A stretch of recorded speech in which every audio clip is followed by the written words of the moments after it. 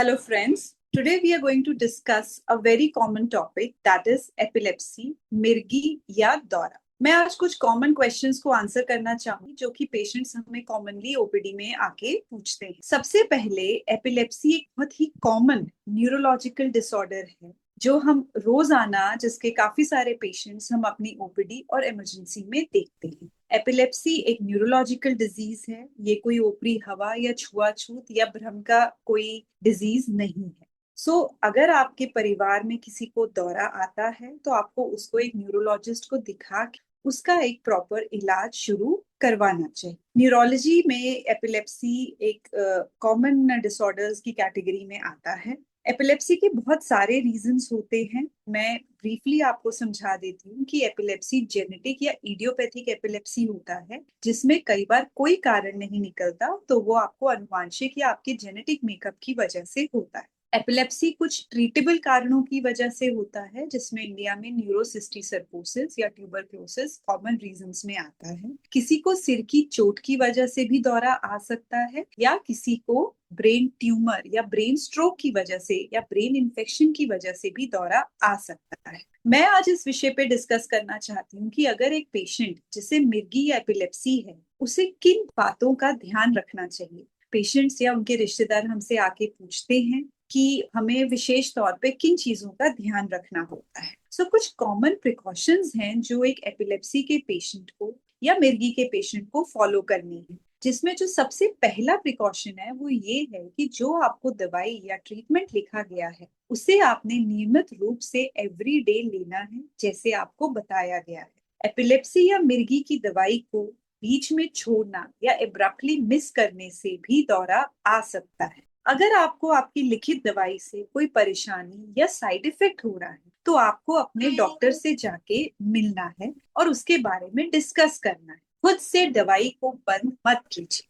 दूसरा important role आता है स्लीप या आपकी नींद का। मिर्गी का दौरा नींद ना पूरी होने की वजह से या रेस्ट पूरा ना लेने की वजह से भी होता है। आपको अपनी 6 से 8 घंटे की अनडिस्टर्ब स्लीप लेनी है। हम पेशेंट्स को बोलते हैं कि आप जगराता में या लेट नाइट शादी या पार्टीज में जाना अवॉइड करें। Then is your screen time. Too much of your screen time, अगर आप बहुत ज्यादा फोन देखते हैं या वीडियो गेम्स खेलते हैं या फास्ट चेंजिंग ग्राफिक्स को देखते हैं तो भी आपको दौरा आ सकता है। आपको अपना स्क्रीन टाइम लिमिट करना है और अननेसेसरी स्क्रीन टाइम को अवॉइड करना है। इसके अलावा एडिक्शंस यानी कि अल्कोहल या कोई भी स्टिमुलेंट ड्रग आपको नहीं लेना है जो आपके फिट कंट्रोल को डिस्टर्ब कर सकता है। कुछ सिंपल सेफ्टी प्रिकॉशंस हैं जैसे कि आपको स्विमिंग अकेले नहीं करना है, हाई टॉल बिल्डिंग्स पे अकेले नहीं जाना है, वॉशरूम वगैरह को लॉक मत कीजिए और कोई भी रिस्की स्पोर्ट्स या एडवेंचर स्पोर्ट्स को अंडर सुपरविजन आपको अटेम्प्ट करना है। अगर आप इन सब चीजों का ध्यान रखेंगे तो आप एपिलेप्सी के साथ एक इजी और आसान जीवन जी सकते हैं। फीमेल्स में हम ये जरूर प्रिकॉशन ऐड करते हैं कि जो गर्ल्स मैरिजेबल एज की हैं और उन्हें अपने फैमिली मेंबर्स या वुड बी फैमिली मेंबर्स के साथ अपनी डिजीज को डिस्कस कर लेना चाहिए। और हम ये भी कहते हैं कि आप उन्हें हमारे पास या काउंसलर के पास भी ले जा सकते हैं अगर उन्हें वो चीज समझ में नहीं आ रही। Epilepsy does not stop a normal living. A female can get married, can have children, and can lead an absolutely healthy life with epilepsy.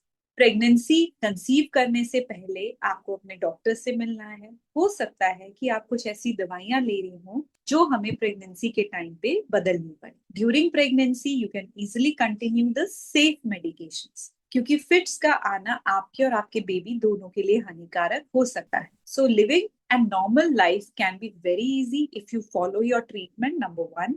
Number two, you are in a regular touch of a neurologist. And number three, you follow all the aforesaid precautions.